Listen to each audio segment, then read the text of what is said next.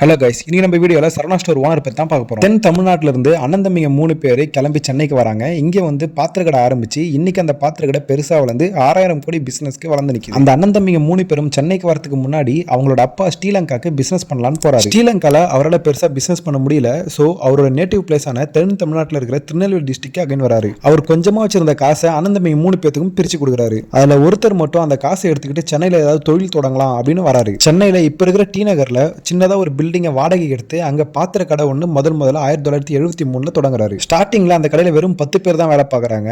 அதே மாதிரி அந்த கடை ஸ்டார்ட் பண்ண கொஞ்ச நாள்லயே அந்த கடை ரொம்பவே பிரபலமாகுது. கடை ஸ்டார்ட் பண்ண கொஞ்ச நாள்லயே பேலன்ஸ் இருக்கிற 2 அண்ணன் தம்பிங்களையும் இவர் கூப்பிட்டுக்கிறாரு. அண்ணன் தம்பிங்க 3 பேரும் சேர்ந்து இந்த பாத்திர கடை பிசினஸ் பண்றாங்க.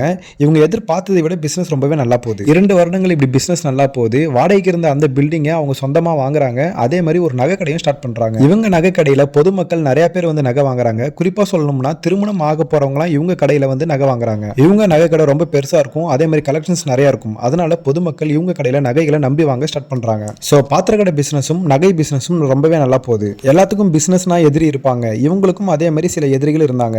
குறிப்பா நகை கடையில இவங்க விற்கிற நகை போலியானதும் அது நகையே இல்ல, அது ஒரு பித்தளை அப்படின்னு இவங்க மேல குற்றச்சாட்டு வந்தது. அதுக்காக இவங்க என்ன பண்ணாங்கன்னா அவங்க கடைக்கு கோல்டு வாங்க வர கஸ்டமர்ஸை அவங்க வாங்குற ஜுவல்ஸை அவங்களே டெஸ்ட் பண்ணிக்கலாம் அப்படின்னு சொல்லி ஒரு மிஷினை ஒன்று இன்ட்ரோடியூஸ் பண்ணாங்க. இவங்க இப்படி பண்ணதுனால இவங்க கடைக்கு வர கஸ்டமர்ஸ் இன்னும் அதிகமானாங்க. நெக்ஸ்ட் அவங்க துணிக்கடை பிசினஸ்லயும் இறங்குறாங்க. துணிக்கடையில பல ஆஃபர் விடுறாங்க. அதே மாதிரி டச் அண்ட் ஃபீல் அப்படின்ற ஒரு திட்டத்தையும் அறிமுகப்படுத்துறாங்க. இந்த காலத்துல நம்ம துணி வந்து போட்டு பார்த்து வாங்க முடியாது. ஒன்லி பார்த்து மட்டும் தான் வாங்க முடியும். ஒரு துணியை பார்த்து நமக்கு பிடிச்சதுன்னா வாங்கிக்கலாம். அதை வந்து போட்டு பார்க்கவோ இல்லை வந்து டச் பண்றதுக்கோ அப்ப அனுமதி கிடையாது. பட் முதலா சரவணா ஸ்டோர் அவங்க கடையில வர கஸ்டமர்ஸ் ஒரு துணி பிடிச்சதுன்னா அதை தொட்டு பார்க்கலாம். அதே மாதிரி அதை போட்டு ட்ரையலும் பார்த்துக்கலாம் அப்படின்ற ஒரு திட்டத்தை கொண்டு வந்தாங்க. இதை பண்ண உடனே அவங்க கடைக்கு வர கஸ்டமர்ஸ்லாம் துணியை வந்து போட்டு பார்த்து வாங்குறதுக்கு ஸ்டார்ட் பண்ணாங்க. அதனால பிசினஸ் அவங்களுக்கு ரொம்பவே நல்லா போச்சு. இது நம்ம ட்ரெஸ் ஒரு ட்ரையல் பார்த்து வாங்குறோம்னா அதுக்கு அடித்தளம் போட்டதே சரவணா ஸ்டோர்ஸ் தான். சரவணா ஸ்டோர்ல வருஷத்துல இருக்கிற எல்லா மாசத்துலயும் பிசினஸ் நல்லா போகுது, ஒரு மாசத்தை தவிர. அதுதான் ஆடி மாசம். ஆடி மாசத்துல எந்த ஒரு நல்ல நிகழ்ச்சியும் வைக்க மாட்டாங்க. குறிப்பா திருமணம் போன்ற முக்கியமான நிகழ்ச்சி எல்லாம் ஆடி மாசத்துல வைக்க மாட்டாங்க. சோ இதனால பிசினஸ் ரொம்பவே டல்லா போகுது ஆடி மாசத்துல மட்டும். இதை எப்படியாவது மாத்தணும் அப்படின்னு சரவணா ஸ்டோர்ஸ் ஓனர்ஸ் நினைக்கிறாங்க.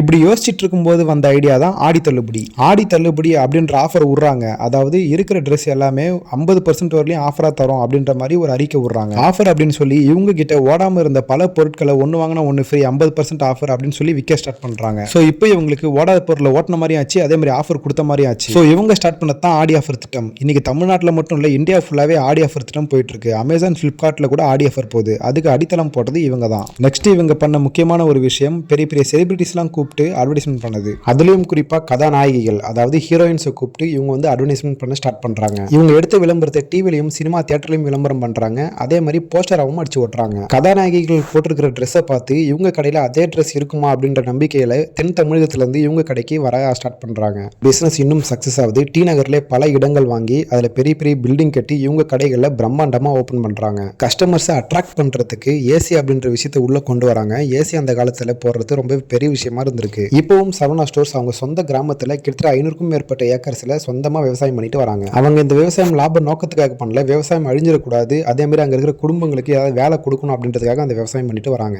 அதே மாதிரி 200க்கும் மேற்பட்ட கஷ்டப்படுற குடும்பங்களுக்கு இவங்க இலவசமா வீடு கட்டி கொடுக்கப்பட்டதா சொல்லப்படுது. புயல் மழை போன்ற காலத்திலையும் அதே மாதிரி கொரோனா காலகட்டத்திலையும் சரவணா ஸ்டோர் அவங்களால முடிஞ்ச ஹெல்ப் பண்ணிருக்காங்க. பட் இவங்க கிட்ட இருக்கிற ஒரு மைனஸ் பாயிண்ட் என்னன்னா இவங்க கடையில வேலை செய்யற எம்ப்ளாயிஸ்க்கு ரொம்ப கம்மியா சேலரி கொடுக்கறதா சொல்லப்படுது. நம்ம டி நகர்ல ஒரு கடையில பார்த்திருப்போம். சரவணா ஸ்டோரோட ஓனர் சிரிச்சுக்கிட்டே ஒரு போஸ்ட் கொடுப்பாரு. சோ இவங்க ஃபேஸ் தான் அவங்க கடையோட பிராண்டு. அதனால தான் லெஜெண்ட் கூட விளம்பரத்துல அவரே நடிக்கிறாரு. யார் என்ன நினைச்சா என் கடையோட விளம்பரத்துல நானே நடிக்கிறேன் அப்படின்னு தைரியமா நடிக்கிறாரு.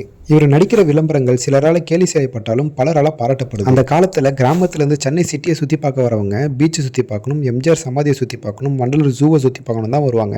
இதெல்லாம் சுத்தி பார்க்குற ஏரியாவா இருந்தாலும் துணி வாங்கணும், வீட்டு ஜாமான் வாங்கணும் அப்படின்னா சரவணா ஸ்டோர் கண்டிப்பா வந்துட்டு தான் போறாங்க. ஸோ அந்த அளவுக்கு சரவணா ஸ்டோர் இன்னைக்கு பிரம்மாண்டமா வளர்ந்துருக்கு. இன்னைக்கு தமிழ்நாட்டோட பல பகுதிகளில் சரவணா ஸ்டோர் அதோட கிளையை ஸ்டார்ட் பண்ணியிருக்காங்க. டி நகர்ல சண்முகா ஸ்டோர் அப்படின்ற நேம்ல வாடகை பில்டிங்ல பாத்திர கடையா ஸ்டார்ட் பண்ண பிசினஸ் இன்னைக்கு வருஷத்துக்கு 6000 கோடி டர்ன் ஓவர் பண்ணுது. ஓகே ஃப்ரெண்ட்ஸ், இந்த வீடியோ உங்களுக்கு பிடிச்சிருக்குன்னு நம்புறேன். வீடியோ பிடிச்சிருந்தா லைக் பண்ணுங்க, கமெண்ட் பண்ணுங்க, ஷேர் பண்ணுங்க, மறக்காம சப்ஸ்கிரைப் பண்ணுங்க. தேங்க்யூ, பாய்.